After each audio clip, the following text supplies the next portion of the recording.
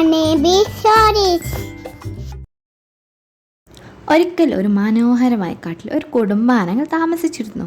ഒരു ദിവസം എല്ലാ ആനകളും നദിയിലെ വെള്ളം കുടിക്കാൻ പോയി. ആ സമയം ഒരു കുരുവി അവരുടെ സ്ഥലത്ത് വന്ന് അവർക്ക് വട്ടം കിടന്ന് ചുറ്റിയിട്ട് അവരെ നോക്കി ചിരിച്ചു.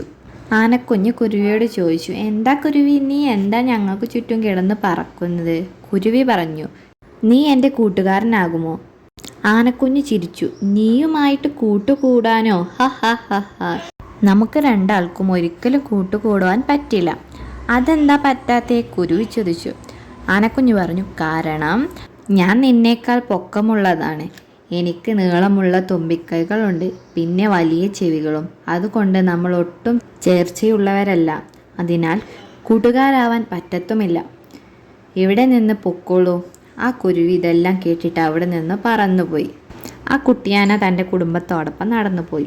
പോകും വഴി വല്ലാതെ വിശക്കുവാൻ തുടങ്ങി. അങ്ങനെ അവൻ ഇലകൾ കഴിച്ചു വഴി അവൻ കൂട്ടത്തിൽ നിന്ന് വേർപെട്ടു പോയി. എന്നിട്ട് അമ്മേ അമ്മേ എന്ന് കരയുവാൻ തുടങ്ങി. അവൻ വല്ലാതെ പേടിച്ചു. അപ്പോൾ ആ കുരുവി അകലെ നിന്ന് ആനക്കുഞ്ഞിൻ്റെ കരച്ചിൽ കേട്ട് പറന്ന് ആനക്കുഞ്ഞിൻ്റെ അടുത്തേക്ക് ചെന്നു. കുരുവി ചോദിച്ചു, എന്തിനാ നീ കരയുന്നത്?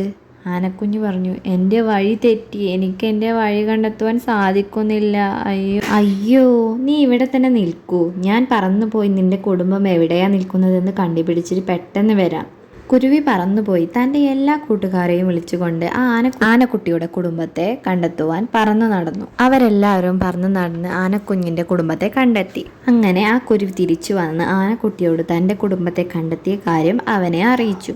എന്നിട്ട് കുരുവിയെ പിന്തുടരുവാൻ ആനക്കുട്ടിയോട് പറഞ്ഞു. അവസാനം ആനക്കുട്ടി തൻ്റെ കുടുംബത്തെ കണ്ടെത്തി അവൻ്റെ അമ്മയുടെ അടുത്തേക്ക് ഓടിച്ചെന്നു. ആനക്കുട്ടിയുടെ അമ്മ പറഞ്ഞു, ഈ കുരുവി വളരെ നല്ലവളാണ്.